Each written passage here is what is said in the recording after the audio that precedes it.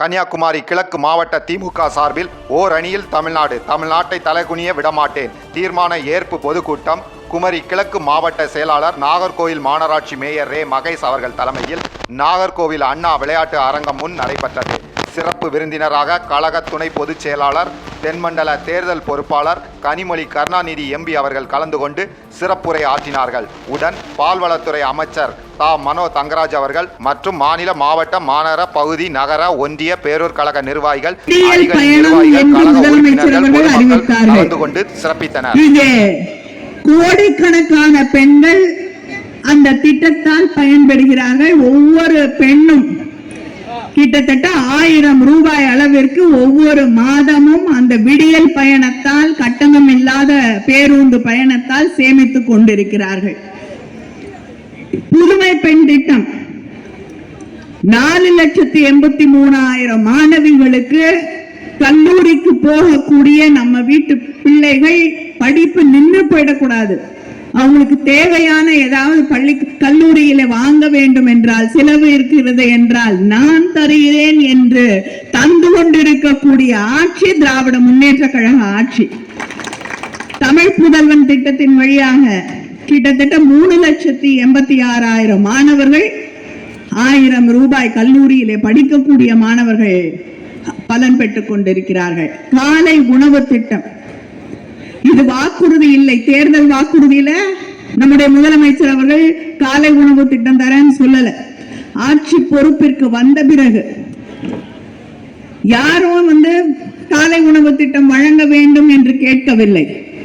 ஆனால் நம்ம வீட்டு பிள்ளைங்க காலை உணவு சாப்பிடாம மதியம் வரைக்கும் பட்டினியோடு பசியோடு அங்கே படிப்புல கவனம் செலுத்த முடியாம உட்கார்ந்து இருக்க கூடாதுங்கிறதுக்காக இன்னைக்கு 20 லட்சம் மாணவர்களுக்கு மேல் பயன்படக்கூடிய தமிழ்நாட்டிலே காலை உணவு திட்டத்தை வழங்கி கொண்டிருக்கக்கூடிய ஆட்சி நம்முடைய ஆட்சி.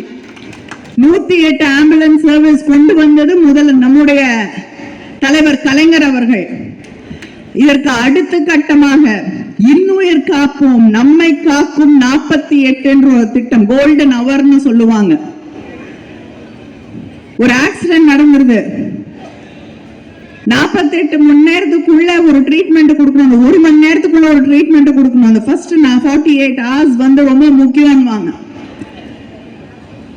அங்க இருக்கக்கூடிய ஹாஸ்பிட்டல் எல்லாம் தேடிட்டு ஓட முடியாது. பக்கத்துல இருக்கக்கூடிய எந்த ஹாஸ்பிட்டல கொண்டு போய் சேர்த்தாலும் அதற்கான செலவை அரசாங்கம் ஏற்றுக்கொள்ளும் என்று சொல்லி அதை நிறைவேற்றி இருக்கக்கூடிய ஆட்சி திராவிட முன்னேற்ற கழக ஆட்சி. அந்த திட்டத்தின் வழியாக இன்னைக்கு 3,57,000 உயிர்களை காத்திருக்கக்கூடிய ஆட்சி திராவிட முன்னேற்ற கழக ஆட்சி.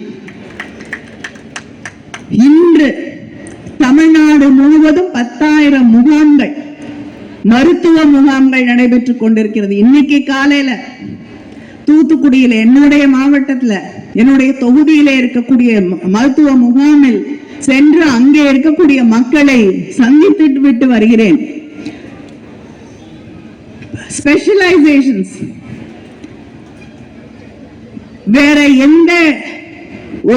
வேற எந்த மாநிலத்திலையும், வளர்ந்த நாடுகள்ல கூட கிராமப்புறங்களிலே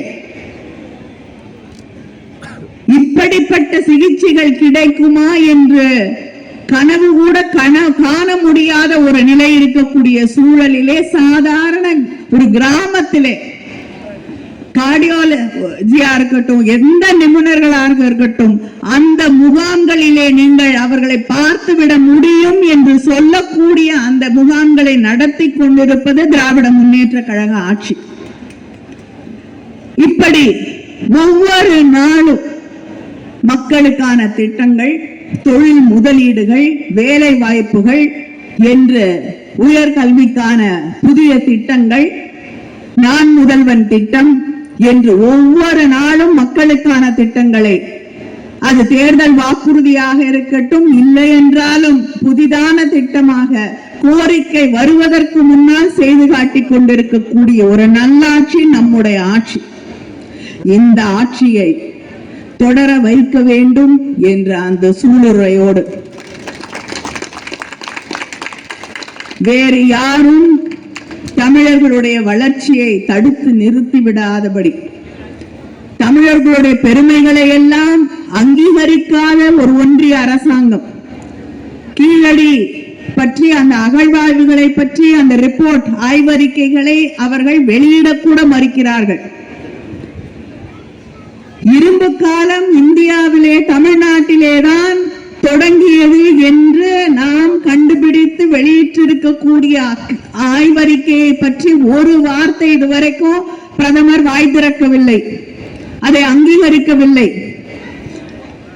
தமிழர்களுடைய பெருமைகளை மறுக்கக்கூடிய, தமிழ் மொழியை மறுக்கக்கூடிய அவர்களுக்கு இந்த மண்ணிலே இடம் கொடுத்து விடக்கூடாது, தமிழ்நாட்டை குனிய விட்டுவிடக் கூடாது என்ற அந்த உறுதியை இந்த மேடையிலே இங்கே இருக்கக்கூடிய அத்தனை பேரோடு நானும் சேர்த்து எடுத்துக்கொள்கிறேன். தமிழ்நாட்டை நாம் ஒரு அரணாக நின்று பாதுகாப்போம். அடுத்த ஆட்சி என்பது இல்லை. இனிமேல் தமிழ்நாட்டிலே துரோகிகளுக்கு தமிழ் மானத்தை, இனமானத்தை, தமிழருடைய எதிர்காலத்தை கெடுக்கக்கூடிய யாருக்கும் இடமில்லை, இடமில்லை, இடமில்லை. நன்றி, வணக்கம்.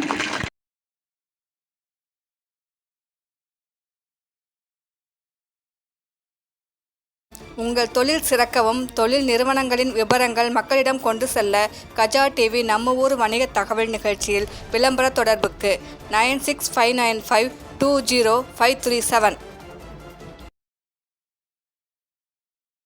மக்கள் நலனுக்காக சேவையாற்றி வரும் கஜா டிவி தொடர்ந்து சேவையாற்ற லேப்டாப், மடிக்கணினி நன்கொடையாக வழங்கலாம்.